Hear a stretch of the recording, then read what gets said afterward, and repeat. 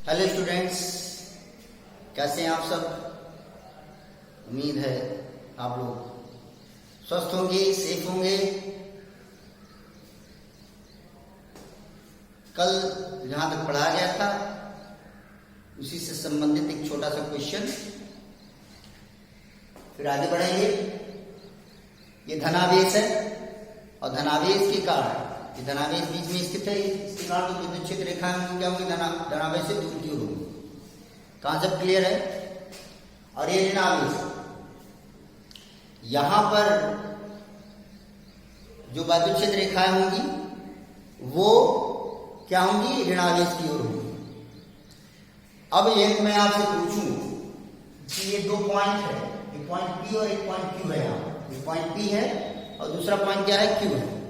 और मैं आपसे पूछूं कि इस आवेश के कारण यहां पर जो विभव है अर्थात Vp माइनस Vq का जो साइन होगा वो क्या होगा। और मैं यहां पर पूछूं आपसे कि Va माइनस Vb क्या होगा। तो आप कैसे बताएं। तो चलिए, हमने आपको सिखाया था, मैं बता रहा हूं कि किसी आवेश के कारण किसी बिंदु का पर विद्युत जो विभव होता है वो क्या होता है, V is equal to 1/4 pi epsilon 0 Q upon R। इसका मतलब क्या हुआ कि जो विभव है वो डिस्टेंस के इनवर्सली प्रोपोर्शनल है, अर्थात विभव दूरी के व्युत्क्रमानुपाती है। यानी अगर दूरी बढ़ेगी तो विभव कम होगा। कहां से दूरी कहां से बढ़ेगी, चार्ज से। जहां पर चार्ज स्थित है, आवेश जहां स्थित है, अगर उस आवेश से दूरी बढ़ रहा है तो उस आवेश के कारण उस बिंदु पर विभव का मान क्या हो जाएगा, कम हो जाएगा। और अगर दूरी कम है तो वहां पर विभव का मान क्या हो जाएगा, बढ़ जाएगा। क्लियर। तो हम अगर आपसे पूछें कि P का डिस्टेंस इस चार्ज से P का डिस्टेंस ज्यादा है या Q का डिस्टेंस ज्यादा है, तो आप कहोगे कि P का डिस्टेंस कम है और Q का डिस्टेंस ज्यादा है। अर्थात P की दूरी इस चार्ज से कम है और Q की दूरी इस चार्ज से क्या है, अधिक है। तो जब बिंदु P की दूरी कम है, इसका मतलब है जब दूरी कम होगा तो विभव ज्यादा होगा कि नहीं होगा। इसका मतलब क्या होगा कि जो बिंदु P पर जो विभव है Vp वो Vq से बड़ा होगा कि नहीं होगा। Vp is greater than Vq होगा कि नहीं होगा। क्यों होगा, क्योंकि Q की जो दूरी है वो इस यहां से अधिक है और जब दूरी अधिक होगा तो विभव कम होगा, क्योंकि विभव दूरी के व्युत्क्रमानुपाती होता है। तो जब विभव दूरी के व्युत्क्रमानुपाती है तो इसका मतलब है कि Q की दूरी अधिक है, दूरी अधिक तो विभव कम।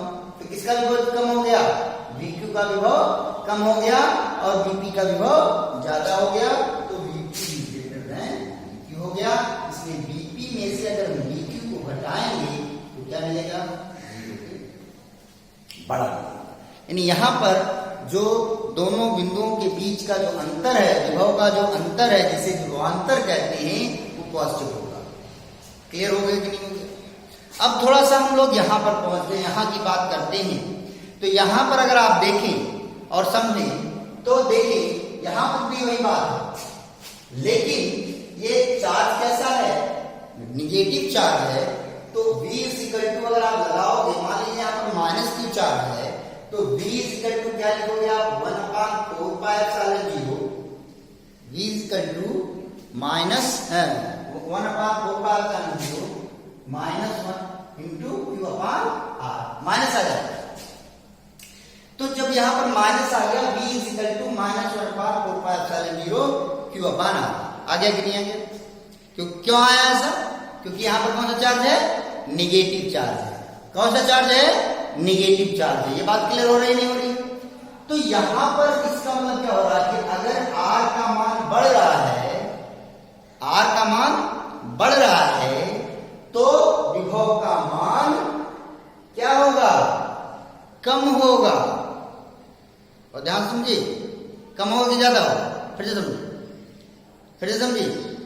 अगर R का मान बढ़ रहा है तो विभव का मान ज्यादा होगा। अब आप कहेंगे ये कैसे? क्वेश्चन बहुत ध्यान सुनिए। यहां पर कौन सा साइन लगा हुआ है? माइनस साइन लगा हुआ है। यहां पर कौन सा साइन? Plus sign. यहां पर आपको बताया कि दूरी बढ़ेगी तो विभव कम होगा, दूरी बढ़ेगी तो विभव कम होगा, लेकिन माइनस साइन होने के कारण यहां पर क्या होगा?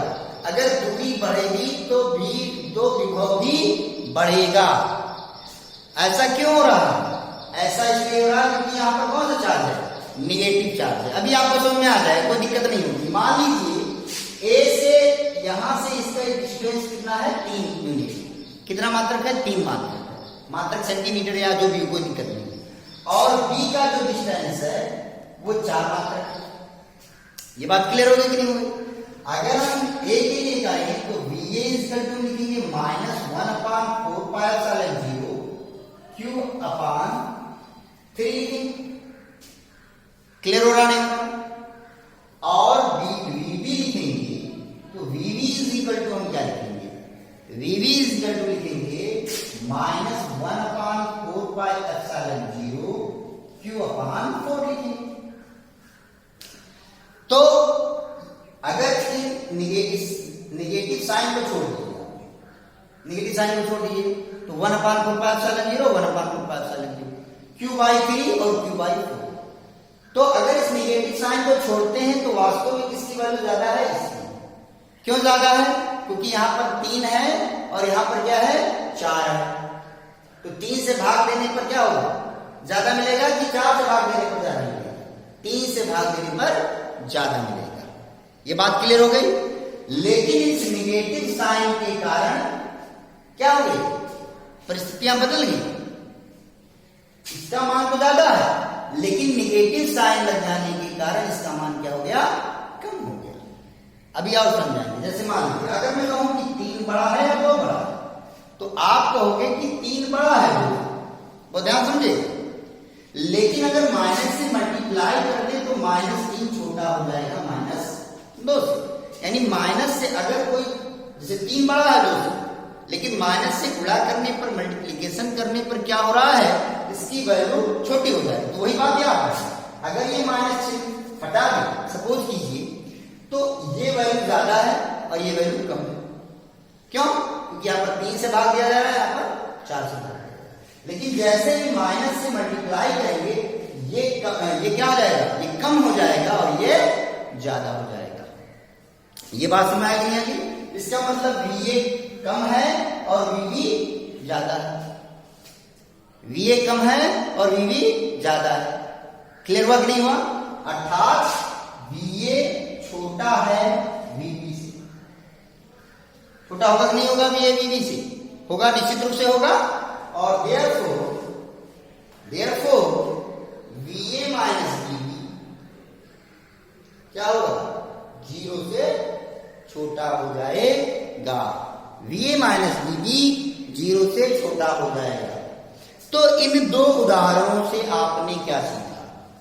कि अगर धनावेश है, यदि धनावेश है और उस धनावेश के कारण किन्हीं 2 बिंदुओं पर हम विद्युत विभव ज्ञात करते हैं, तो उस बिंदु पर विभव अधिक होगा जिसका आवेश से दूरी कम होगी। लेकिन अगर यदि ऋण आवेश है तो हमको यह जानना है कि उस बिंदु पर विभव अधिक होगा जहां पर दूरी क्या है? अधिक है। दूरी अधिक है तो विभव अधिक है, दूरी कम है तो विभव कम है। जबकि धनावेश में ऐसा नहीं है। धनावेश में क्या है?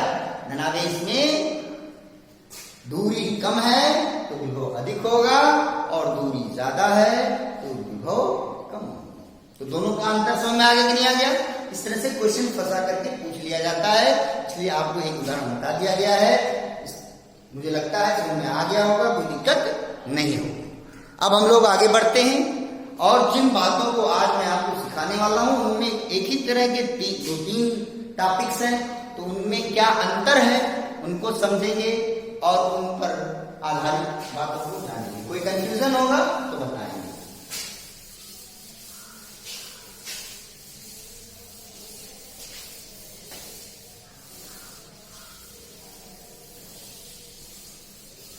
तो चलिए अगला जो टॉपिक है वो है आवेशों के निकाय की स्थितिज ऊर्जा। आवेशों के निकाय की स्थितिज ऊर्जा। आवेशों के निकाय की स्थितिज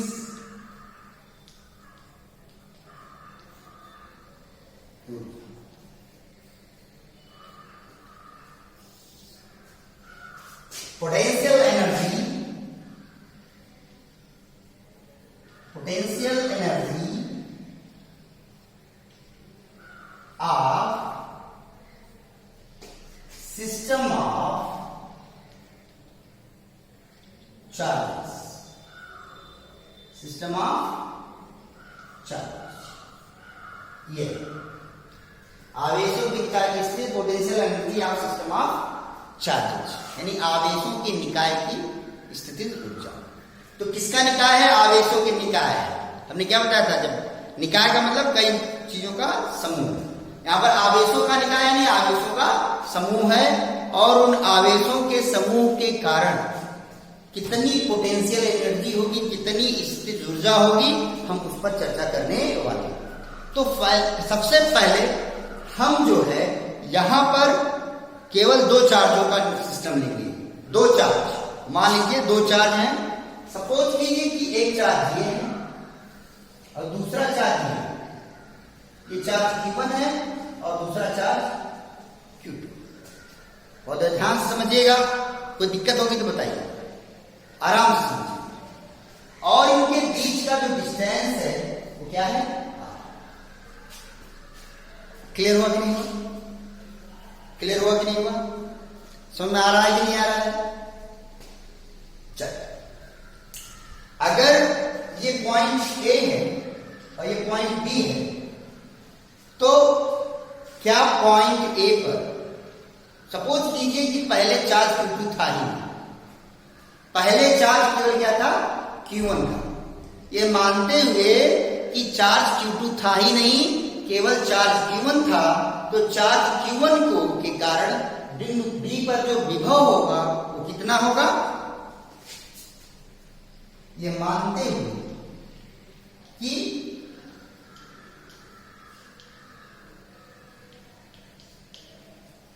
प्रारंभ में आवेश Q2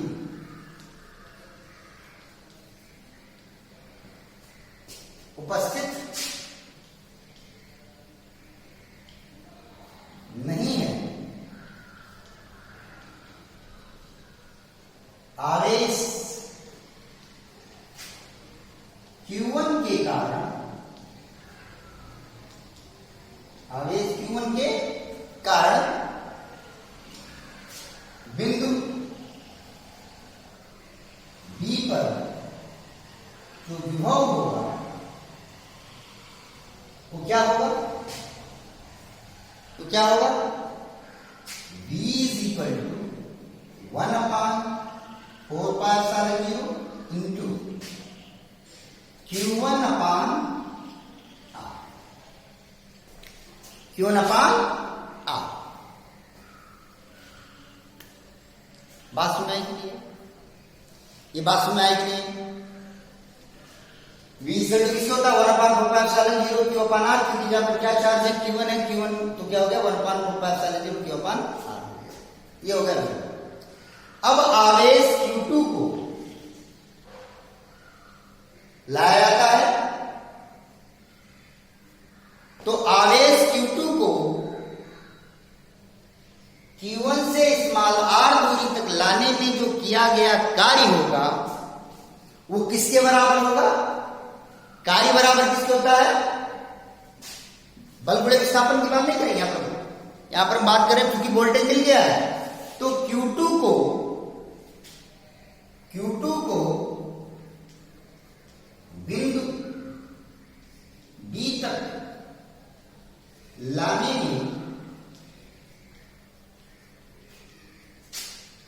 किया गया कार्य, किया गया कार्य W is equal to V into Q, क्योंकि इस बिंदु पर विभव कितना है, V है, और किस आवेश को लाया हमने Q2 आवेश को हम यहां पर लेकर आए। तो कार्य बराबर किसे हो गया, W बराबर इंटू Q होता। इस बिंदु पर विभव कितना है, V है, किसके कारण, चार्ज Q1 के कारण, और किस आवेश को हम लेकर आए हैं, Q2 को। तो टोटल वर्क क्या हो जाएगा, W इक्वल टू किसके हो जाएगा, V इंटू Q2 के। तो ये देयरफॉर W इक्वल टू क्या होगा, W इक्वल टू किसके हो गया, V की वैल्यू रखेंगे 1/4 इंटू Q1 अपान R, V की वैल्यू रख दिया, और Q2 इंटू क्या हो गया Q2। ये बात सुना है कि नहीं आई, कोई दिक्कत नहीं होगा मुझे लगता है। तो यहां से हम लिख सकते हैं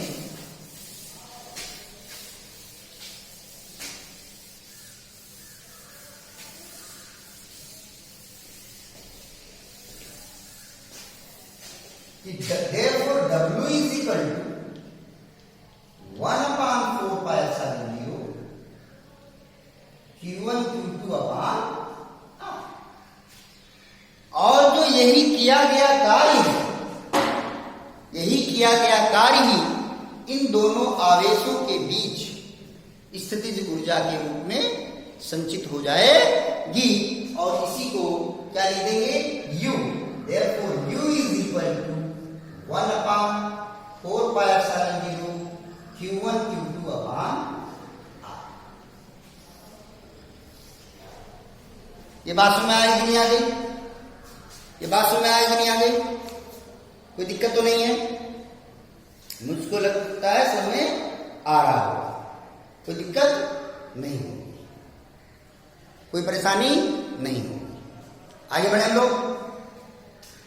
तो स्थितिज ऊर्जा यानी अगर दो आवेश हैं Q1 और Q2 हैं, उनके बीच की दूरी स्मॉल r है, तो उस आवेशों के निकाय की जो स्थितिज ऊर्जा होगी वो किसके इक्वल होगी, 1/4 Q1 Q2 अपान R। ये बात सुना गई।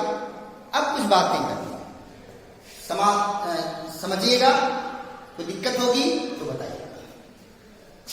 यदि Q1 पॉजिटिव है, धनावेशित है, और Q2 भी धनावेशित, यानी दोनों चार्ज पॉजिटिव हैं, पहला भी चार्ज धनावेशित है, धनावेशित है, और दूसरा चार्ज भी धनावेशित, दोनों पॉजिटिव चार्ज हैं। तो Q1 into Q2 equal to किसके होगा, Q1 और Q2 का जो गुणनफल होगा वो पॉजिटिव होगा कि नहीं होगा, क्योंकि प्लस इंटू प्लस क्या होता है जी, जो है प्लस इंटू प्लस क्या होता है, प्लस होता है। तो Q1 इंटू Q2 क्या होगा, 0 से बड़ा होगा। 0 से बड़ा का मतलब क्या बता रहा है कि ये पॉजिटिव होगा। क्लियर हो गया नहीं हो गया। यदि Q1 पॉजिटिव है, Q2 पॉजिटिव है, तो Q1 इंटू Q2 भी पॉजिटिव होगा, यानी 0 से बड़ा होगा। इसी तरह से अगर हम बता दें कि Q1 निगेटिव है और Q2 निगेटिव है, दोनों निगेटिव है, यानी पहला चार्ज भी ऋणावेशित है और दूसरा चार्ज भी ऋणावेशित है, दोनों ऋणावेशित हैं, तो दोनों का मल्टीप्लीकेशन करेंगे तो क्या होगा, माइनस इंटू माइनस क्या होगा, प्लस होगा, यानी Q1 into Q2 is greater than किससे होगा, 0 होगा। यानी दोनों चार्ज धनावेशित हो या दोनों चार्ज ऋणावेशित हो, दोनों ही परिस्थितियों में Q1 इंटू Q2 का जो मल्टीप्लीकेशन होगा, जो गुणनफल होगा, वो कैसा होगा, धनात्मक होगा। ये बात क्लियर हो गई। अब फिर से सुनिए, अगर Q1 इंटू Q2 पॉजिटिव आ गया, तो Q1 इंटू Q2 पॉजिटिव आ गया, तो यहां से देखिए इस स्थिति में U इज इक्वल टू 1/4 तो हमेशा पॉजिटिव होता है, प्लस तो रहेगा ही रहेगा, इसकी तो कोई मतलब ही नहीं। दूर ये R क्या डिस्टेंस, दूरी Q1 और Q2 के बीच का डिस्टेंस R पॉजिटिव, प्लस में आया, कोई दिक्कत नहीं है। और Q1 Q2 भी क्या आ गया, पॉजिटिव, प्लस में आया। कब आया, जब दोनों Q1 और Q2 पॉजिटिव है या दोनों Q1 और Q2 निगेटिव है। तो ये ये भी पॉजिटिव, ये भी पॉजिटिव, ये भी पॉजिटिव, तो इससे क्या मिला, इसलिए u इज ग्रेटर देन 0। इसका मतलब क्या सीखा आपने? अभी बहुत सी बातें आपको सीखनी है। इसका मतलब आपने क्या सीखा? इसका मतलब आपने सीखा कि यदि दो चार्ज हैं, दोनों एक ही तरह के हैं, समान प्रकार के आवेश हैं, समान प्रकार के आवेश यानी दोनों धनावेशित हैं या दोनों ऋणावेशित हैं, तो दोनों का गुणनफल क्या होगा? पॉजिटिव होगा। और अगर पॉजिटिव हुआ तो इस परिस्थिति में जो स्थितिज ऊर्जा होगी वो पॉजिटिव प्राप्त होगी। और पॉजिटिव प्राप्त हुई, इसका मतलब क्या होगा? इसका मतलब क्या होगा? थोड़ा सा आगे बढ़ते हैं, आगे बढ़ने से पहले समझिए कि अगर Q1 और Q2 दोनों पॉजिटिव हों या दोनों निगेटिव हों, तो इनके बीच प्रतिकर्षण बल कार्य करेगा कि नहीं करेगा? प्रतिकर्षण बल कार्य करेगा कि नहीं करेगा? जी हां, करेगा। तो अगर प्रतिकर्षण बल कार्य कर रहा है तो कौन स्थितिज ऊर्जा किसमें होगी? पॉजिटिव होगी, अर्थात वैद्युत क्षेत्र के विरुद्ध हमको कार्य करना पड़ रहा है। वैद्युत क्षेत्र के विरुद्ध हमको कार्य करना पड़ रहा है। ये बात क्लियर हुई कि नहीं हुई? यानी स्थितिज ऊर्जा अगर पॉजिटिव है तो ये बताता है कि दोनों चार्ज पॉजिटिव हैं या दोनों चार्ज निगेटिव हैं, और इस परिस्थिति में इसका मतलब है कि दोनों के बीच प्रतिकर्षण बल कार्य कर रहा है। और इसका मतलब है कि जो हम कार्य कर रहे हैं, जो स्थितिज ऊर्जा हमको प्राप्त हो रही है, वो वैद्युत क्षेत्र के विपरीत कार्य करने में प्राप्त हो रही है। ये बात क्लियर हुई कि नहीं? सुना है भाई? जैसे मान लीजिए पॉजिटिव चार्ज है तो इसके कारण यहाँ पर जो विद्युत क्षेत्र उत्पन्न होगा वो दूर की ओर होगा कि नहीं होगा? और हम इस आवेश Q2 को ला रहे हैं इस तरफ, तो लाने के लिए क्या कर रहे हैं? वैद्युत क्षेत्र के विरुद्ध कार्य कर रहे हैं कि नहीं कर रहे हैं? निश्चित रूप से कर रहे हैं। इतनी बात क्लियर हो गई? अब थोड़ा सा आगे बढ़ते हैं। अब आगे बढ़ते हैं। यदि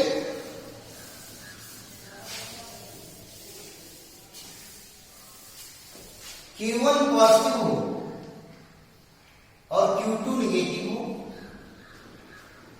या Q1 निगेटिव हो और Q2 पॉजिटिव हो, यानी दोनों में से एक चार्ज पॉजिटिव हो और एक चार्ज निगेटिव हो, एक चार्ज पॉजिटिव हो और एक चार्ज निगेटिव हो, तो क्या हो? इन दोनों ही परिस्थितियों में Q1 इंटू Q2 का जो मल्टीप्लीकेशन होगा 0 से छोटा होगा। क्लियर हो रहा नहीं हो रहा है? क्योंकि एक प्लस और एक माइनस, तो प्लस इंटू माइनस क्या हो गया? माइनस हो जाएगा, यानी Q1 और Q2 का मान 0 से छोटा हो जाएगा। फिर यहां पहुंचते हैं, इस स्थिति में 1/4πε0 पॉजिटिव, R पॉजिटिव, लेकिन Q1/Q2 क्या हो गया?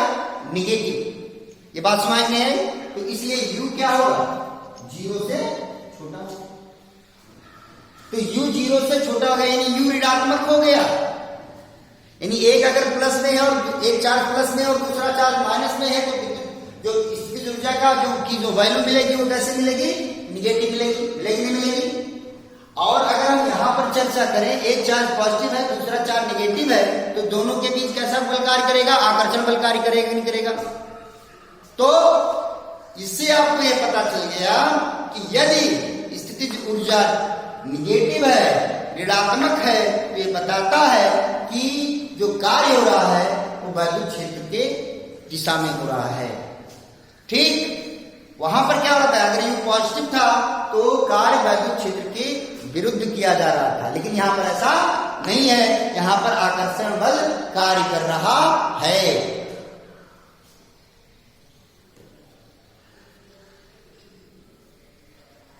क्लियर हुआ कि नहीं हुआ? बात सुनाई नहीं आई?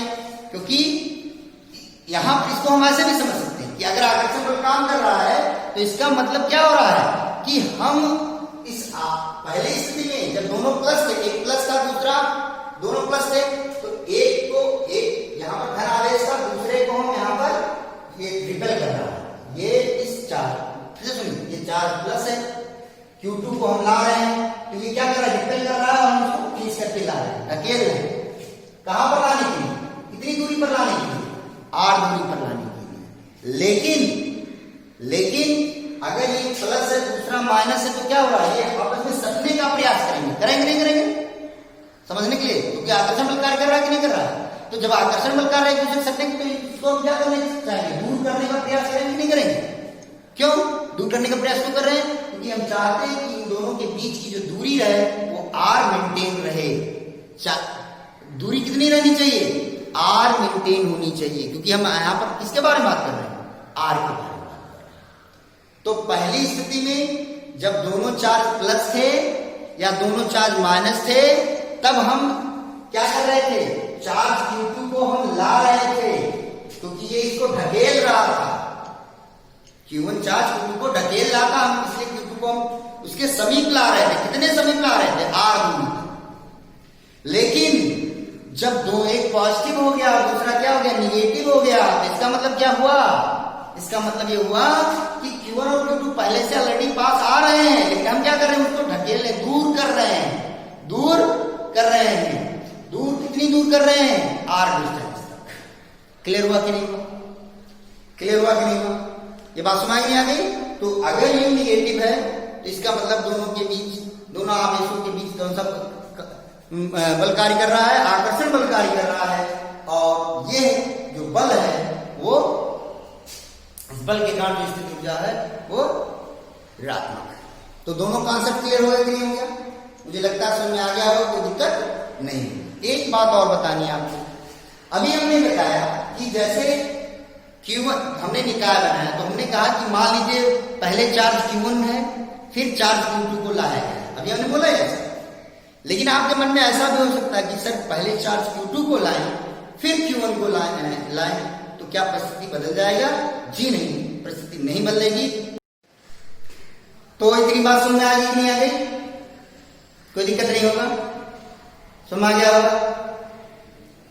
स्थिति ऊर्जा का कॉन्सेप्ट मैंने पहले स्टार्टिंग में ही बताया था, उसी पर बेस ये सारी बातें हो रही हैं, मुझे लगता है समझ में आ गया होगा। अब हम लोग आगे बढ़ते हैं। तो दो आवेशों के निकाय की स्थिति ऊर्जा किसके बराबर हो गई, 1/4πε0 Q1 Q2 R। क्लियर हो रहा है नहीं हो रहा, अब आगे बढ़ते हैं।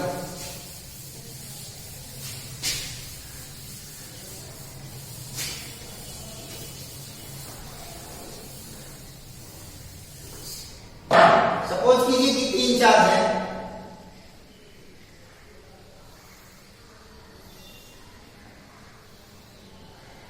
यहां पर एक चार्ज Q1 है, दूसरा चार्ज Q2 है और तीसरा चार्ज -Q3। और अब आपसे कहा इस आवेशों का निकाय बन गया, सिस्टम बन गया, बन गया।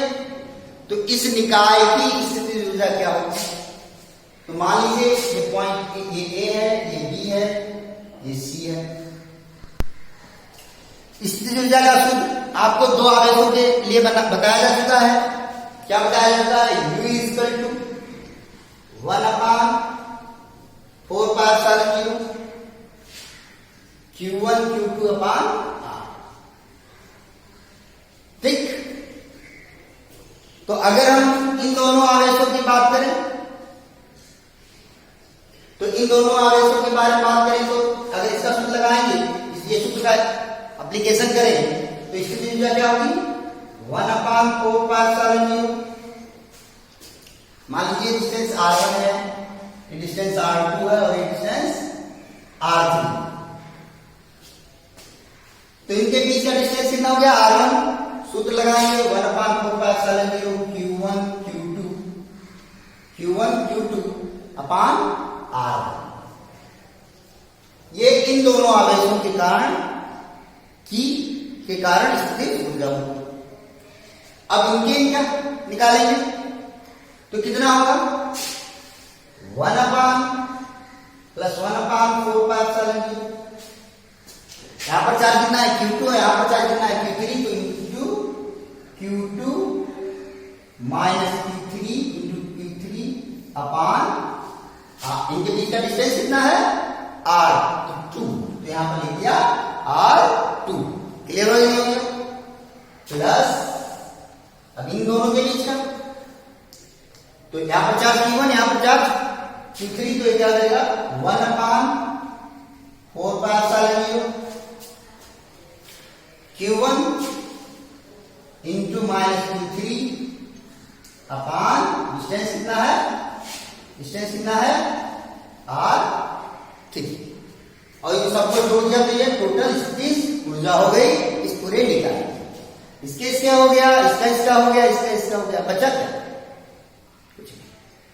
तो therefore u is equal to किसके हो गया, u is equal to 1/4π0 common हो गया तीनों में। यहां पर क्या मिला, q1 q2 अपान r1। यहां पर प्लस और माइनस का मल्टीप्लीकेशन होगा तो क्या होगा, माइनस q2 q3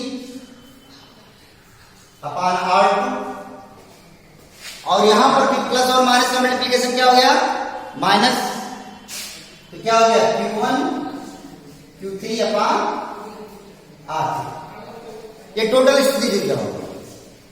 ये बात सुना आगे नहीं आगे, कोई दिक्कत तो नहीं है। अब चाहे कितने आवेश, चाहे कितने आप कर सकते हो, आप स्थिति ऊर्जा को ज्ञात कर सकते हो। ये बात सुना है कि नहीं, कोई दिक्कत तो नहीं है। ध्यान दीजिए, बहुत आराम से समझना है। ये माना जा रहा है कि ये तीनों आवेश क्या है, स्थिर है,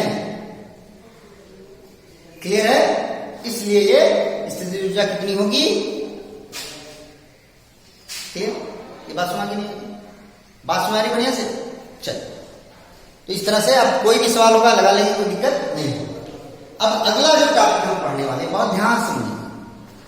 यहां पर जो विभव उत्पन्न हुआ, जो टॉपिक हमने बताया था, उस जो विभव उत्पन्न हुआ था, या तो Q1 के कारण उत्पन्न हुआ और या तो Q2 के कारण। दो आवेश थे, एक आवेश Q1 था, दूसरा आवेश Q2 था।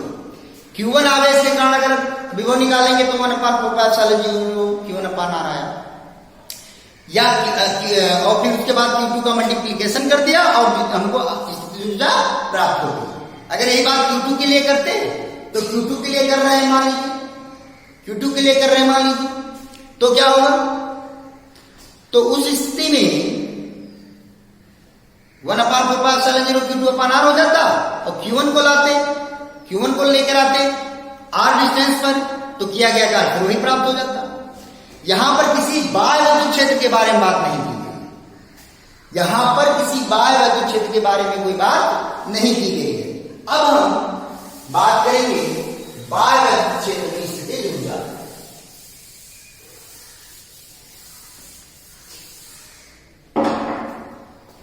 बाह्य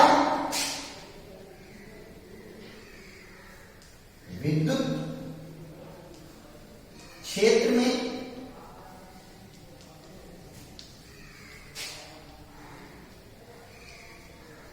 स्थितिज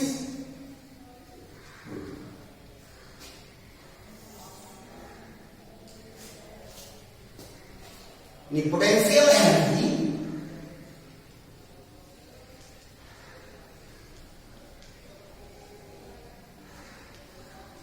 इन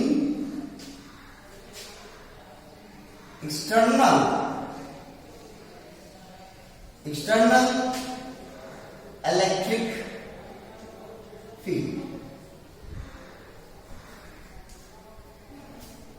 clear, potential energy in external electric field. इसका मतलब क्या होगा, अब इसमें दो टॉपिक होंगे, बहुत ध्यान से, इसमें दो टॉपिक होंगे, उसी से रिलेट है लेकिन थोड़ा सा अलग है, बहुत ध्यान से सुनना।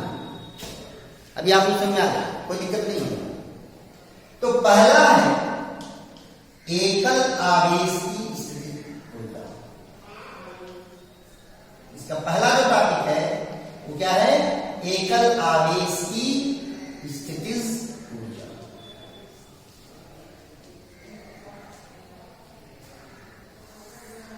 एकल आवेश की स्थिति ऊर्जा, एनर्जी ऑफ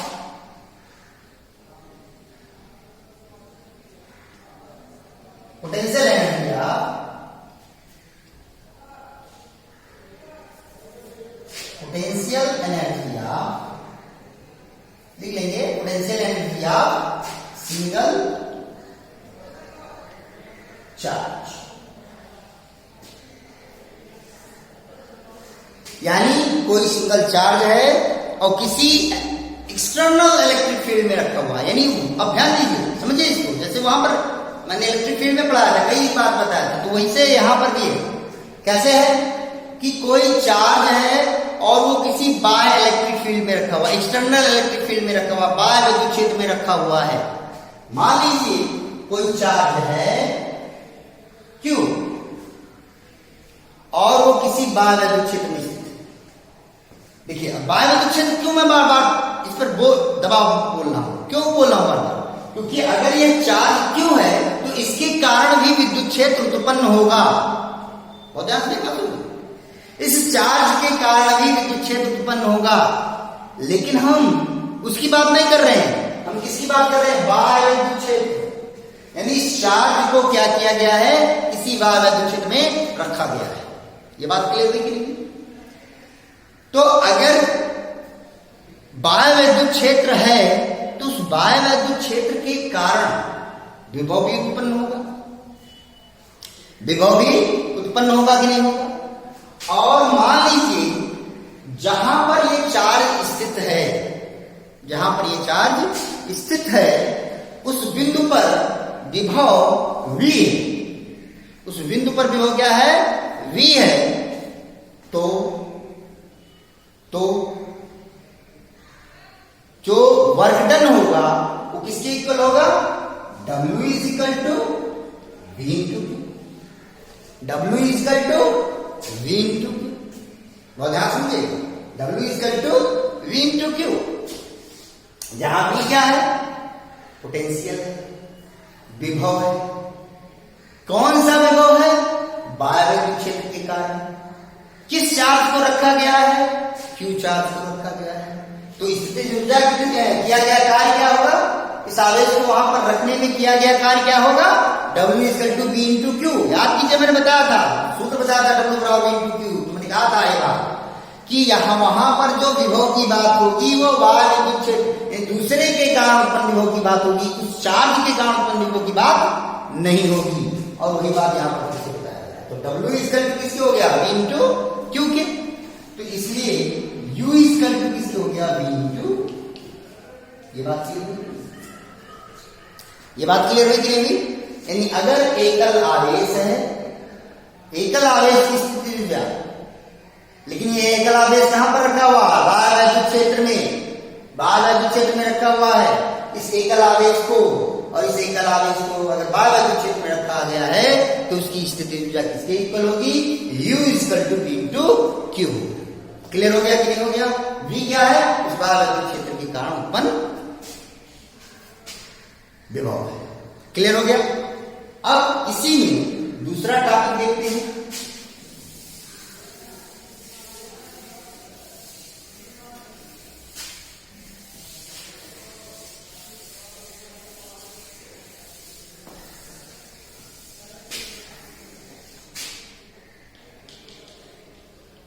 दो आवेशों की स्थिति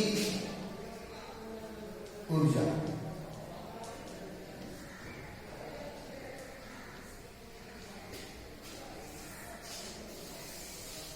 ये क्या है? देखिए, अब इसके लिए बात करते हैं। तो यानी दो आवेश हैं और उन दोनों आवेशों को क्या किया गया है? एक बाह्य विद्युत क्षेत्र में लाया गया है। तो जो स्थितिज ऊर्जा होगी वो क्या होगी? तो चलिए मान लीजिए जो आवेश है वो क्या है? एक Q1 है और दूसरा क्या है? Q। पहला चार्ज Q1 है और दूसरा चार्ज Q2। और इस बाह्य विद्युत क्षेत्र के कारण, इस बाह्य विद्युत क्षेत्र के कारण जो विभव कितना है? V है। तो दोनों को एक साथ नहीं लाएंगे। जैसे वहां पर जब निकाय आवेशों के निकाय की स्थिति ऊर्जा के बारे में बात की तो पहले वहां पर भी ऐसे बताया था मैंने, पहले चार्ज Q1 फिर चार्ज Q2। बस वही बात यहां पर भी करनी है कि दोनों के एक साथ नहीं लाया जाए। पहले किसको लाया गया? Q1 को लाया गया, आवेश Q1 को लाया गया। और बाह्य विद्युत क्षेत्र के कारण जो विभव हम मानने हो क्या है? V है। तो Q1 को लाने में किया गया था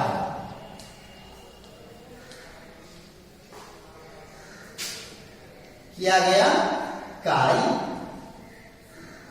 W इज इक्वल टू किसके होगा, V into Q. V into Q हो, W is equal to V into Q. V की जगह P हो गया और किसको ला रहे हैं Q1 को, तो W is equal to V हो गया V इंटू क्यू। अब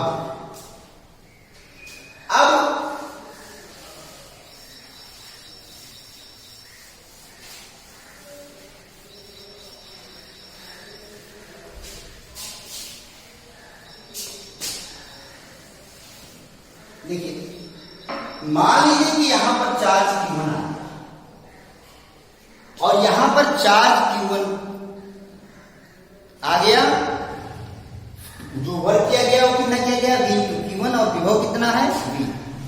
अब हम चार्ज Q2 को यहां पर ला रहे हैं एक निकाय बनाने के लिए। क्लियर हो रहा है? और इस तरह ला रहे हैं कि इनके बीच का जो डिस्टेंस हो कितना हो R हो, इनके बीच का जो डिस्टेंस हो कितना हो R हो। तो इस चार्ज Q2 को लाने में किया गया कार्य कितना होगा, ये कैसे पता चलेगा, बहुत ध्यान से देखिए। अब अगर हम एक बात A की करें और बात B की करें, तो अगर पॉइंट B की बात कर रहे हैं तो पॉइंट B पर दो विभव उत्पन्न हो गए, दो। आप कहेंगे कैसे? तो पहला तो विभव बाह्य विद्युत क्षेत्र के कारण उत्पन्न हुआ जो V के बराबर है, जो जिसकी बात हमने यहां पर की। और अब जब यहां पर चार्ज Q1 स्थापित हो गया तो इस चार्ज Q1 के कारण भी इस बिंदु B पर विभव उत्पन्न होगा कि नहीं होगा? निश्चित रूप से उत्पन्न होगा। क्लियर हो रहा है कि नहीं हो रहा है? क्लियर हो रहा है कि नहीं हो रहा है? बात समझ में आ रही कि नहीं आ रही? क्लियर हुआ? यानी इस बिंदु B पर जो परिणामी विभव होगा वो किसके किसके कारण होगा? एक बाह्य विद्युत क्षेत्र के कारण बिंदु B पर विभव उत्पन्न हो रहा है और दूसरा इस आवेश Q1 के कारण भी इस बिंदु पर विद्युत विभव उत्पन्न हो रहा है। ये बात सुनाई कि नहीं? समझ आ रही है? तो Q2 को इतनी बात समझ नहीं आई तो बस क्लियर हो गया। Q2 को लाने में किया गया कार्य बराबर पहले किसके कारण है? बाह्य विद्युत क्षेत्र में। तो बाह्य विद्युत क्षेत्र कारण है, सॉरी पहले यहां पर किसकी विभव के बारे में बात कर रहे हैं? बाह्य विद्युत क्षेत्र के कारण। यहां पर बाह्य विद्युत क्षेत्र के कारण विभव कितना है? V है, तो V हो गया। और किस आवेश को लेकर आए हैं? Q2 को, तो V इंटू Q2। ये हो गया कार्य। Q2 को लाने में किया गया कार्य V इंटू Q2 हो गया। कब? जब अभी हम किसके बारे में बात कर रहे हैं? बाह्य विद्युत क्षेत्र के कारण उत्पन्न विभव के बारे में बात कर रहे हैं। अब हम किसके बारे में बात कर रहे हैं? करेंगे आवेश Q1 के कारण उत्पन्न विभव। तो आवेश Q1 के कारण जो बिंदु B पर जो विभव उत्पन्न होगा वो क्या होगा? 1/4 पाई एप्सिलॉन 0 इंटू Q1/R होगा कि नहीं होगा? क्योंकि किसी आवेश के कारण किसी बिंदु पर जो विभव होता है वो 1/4 पाई एप्सिलॉन 0 Q1/R होता है, क्योंकि यहां पर तो ये हो गया विभव। और W बराबर होता है किसके? V इंटू Q के। तो ये हो गया विभव V, ये V है। ये कौन सा V है? इस चार्ज इस चार्ज Q1 के कारण इस बिंदु B पर जो है वो विभव 1/4 Q1/R। ये बात क्लियर हो गई। और किस चार्ज को लेकर आ रहे हैं? Q2, तो वही हो गया Q। और दो टोटल कार्य क्या होगा? दोनों को फिर से समझिए इसको। हमने क्या कहा आपसे? हमने कहा ये विभव V है, किसके कारण है? बाह्य विद्युत क्षेत्र के कारण है। बाह्य विद्युत क्षेत्र के कारण ये विभव। Q2 का है क्या है? इस चार्ज, जिस चार्ज को लेकर आ रहे हैं Q2, इसलिए किया गया कार्य हो गया V2। अब अगर हम इसके कारण उत्पन्न विभव के बारे में बात कर रहे हैं तो इसके कारण उत्पन्न विभव क्या होगा? 1/4 पाई एप्सिलॉन 0 Q1/R। और इस चार्ज को लेकर आए हैं Q2 को, तो ये V हो गया और ये क्या हो गया? Q, तो V इंटू Q, तो ये हो गया क्या गया? तो टोटल कार्य कितना हो गया? V इंटू Q, ये V into Q2 plus 1/4 pi epsilon 0 into Q1 Q2/R। कार्य निकाले और फिर Q2 को लाने में किया गया कार्य निकाले तो टोटल जो कार्य होगा वो स्थितिज ऊर्जा के बराबर होगा और स्थितिज ऊर्जा कितनी हो जाएगी Q is equal to V into Q1 plus V into Q2 plus 1 upon 4 pi epsilon 0 Q1 Q2 upon R। अर्थात ये दो आवेश Q1 और Q2 हैं, इनको किसी बाह्य वैद्युत क्षेत्र में रखा जाता है जिसका विभव V है, तो टोटल इनकी जो टोटल स्थितिज ऊर्जा होगी वो क्या होगी V into Q1 plus V into Q2 plus 1 upon 4 pi epsilon 0 Q1 Q2 upon R। ये बात समझ में आ गई कि नहीं आ गई? तो पहले स्थिति में और स्थिति में अंतर समझ आया। वहां पर कोई बाह्य वैद्युत क्षेत्र नहीं था, इसलिए जो स्थिति ऊर्जा निकली थी क्या निकली थी U is equal to 1 upon 4 pi epsilon 0 Q1 Q2 upon R। लेकिन यहाँ पर बाह्य विद्युत क्षेत्र में स्थिति ऊर्जा निकाला गया तो V into Q1 plus V into Q2 plus 1 upon 4 pi epsilon 0 Q1 Q2 upon R। तो दोनों टॉपिक्स में अंतर समझ में आ गया होगा मुझे लगता है, कोई दिक्कत नहीं होगी। इस तरह से आज जो बातें सिखानी थी मुझे लगता है मैंने ढंग से समझाया है, क्योंकि अगर कोई दिक्कत होगी तो बताएंगे।